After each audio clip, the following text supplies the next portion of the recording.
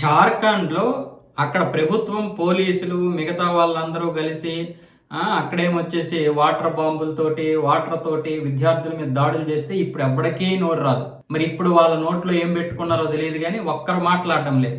CJP ఎంత దరిద్రం కాకపోతే కనీసం ఒక్కడైనా ఇక్కడికి రాలేదు. మళ్ళీ వీళ్ళేమొచ్చేసి మేము వాళ్ళకి సపోర్ట్ చేస్తున్నామని ఏదో వీడియోలు చేస్తారు. వీడియోలు వదిలేస్తారు. ఆ మాత్రం దానికి ఎందుకు మరి మీరు అంత ట్రాన్స్పరెన్సీగా లేకపోతే కేవలం జంతర్ మంతర్ వద్ద చేస్తాం, బీజేపీ అధికారంలో ఉన్నటువంటి ఎక్కడైతే ఇది ఉంటుందో అధికారంలో ఉంటుందో అక్కడ మాత్రమే చేస్తామని నిర్భయంగా చెప్పొచ్చు కదా. జార్ఖండ్లో ఈరోజు పిల్లల పరిస్థితి ఏంటి? దానికి సంబంధించి ఇప్పుడేమొచ్చేసి విద్యా వ్యవస్థలో ఉన్నటువంటి వారు ఒక 9 మందిని అరెస్ట్ చేశారు.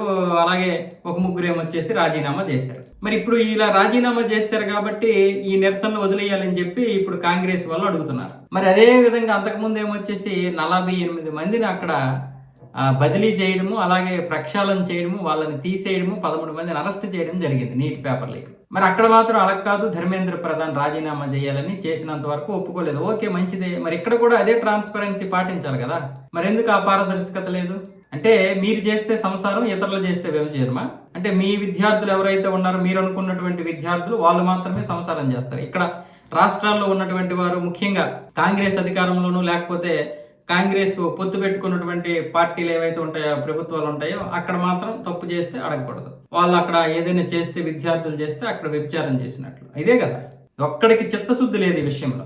ఇప్పుడు అక్కడ పోలీసులు వాళ్ళని ఇష్టం వచ్చినట్లు కొడుతున్నారు. ఇష్టం వచ్చినట్లుగా కొట్టడమే కాదు, వాటర్ గన్లు ఉపయోగిస్తున్నారు.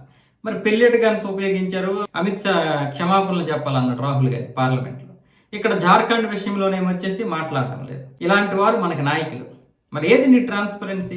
ఎవరికైనా సరే, ఏ వ్యక్తి అయినా సరే ఒక నాయకుడు అనేటప్పుడు ట్రాన్స్పరెన్సీ ఉండాలి కదా.